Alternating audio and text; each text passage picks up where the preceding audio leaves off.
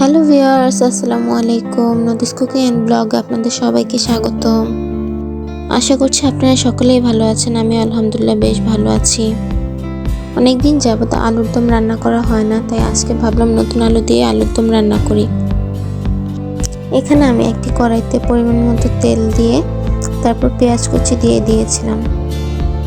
তারপর আমি পেঁয়াজগুলো লাল লাল করে ভেজে নিব।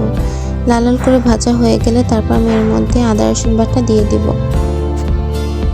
আদা রসুন বাটা দেওয়ার পর আমি মশলাটা কষানোর জন্য সামান্য পানি দিয়ে এখানে 2 চামচ লবণ, 1 চামচ হলুদের গুঁড়ো, 1 চামচ মরিচের গুঁড়ো, 1 চামচ জিরার গুঁড়ো, 1 চামচ ধনে গুঁড়ো, 1 চামচ গরম মশলা গুঁড়ো আর 1 চামচ পাঁচফোড়নের গুঁড়ো দিয়ে দিব।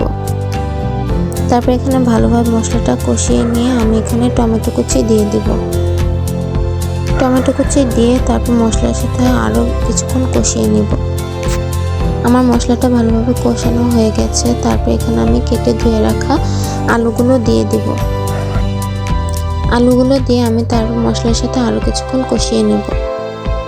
আলুগুলো কষানোর সময় আমি সামান্য পরিমাণ পানি দিয়ে দিয়েছিলাম, না হয় আলুগুলো ভালোভাবে কষানো হবে না। অনেকে আলুর দম বানালে আলুটা আগে সিদ্ধ করে নেয়, কিন্তু আমি আলুটা আগে সিদ্ধ করি না। এখানে আলুগুলো কষানো হয়ে গেলে আমি পরিমাণ মতো পানি দিয়ে দিব।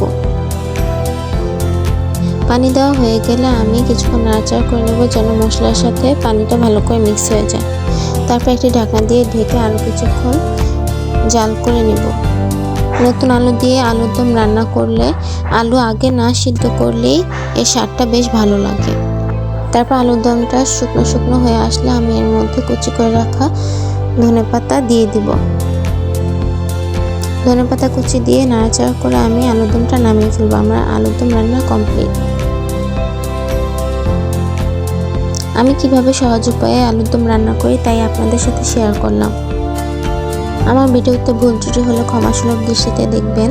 আমার ভিডিওটি ভালো লাগলে লাইক, কমেন্ট, শেয়ার ও সাবস্ক্রাইব করে পাশে থাকবেন। আল্লাহ হাফেজ।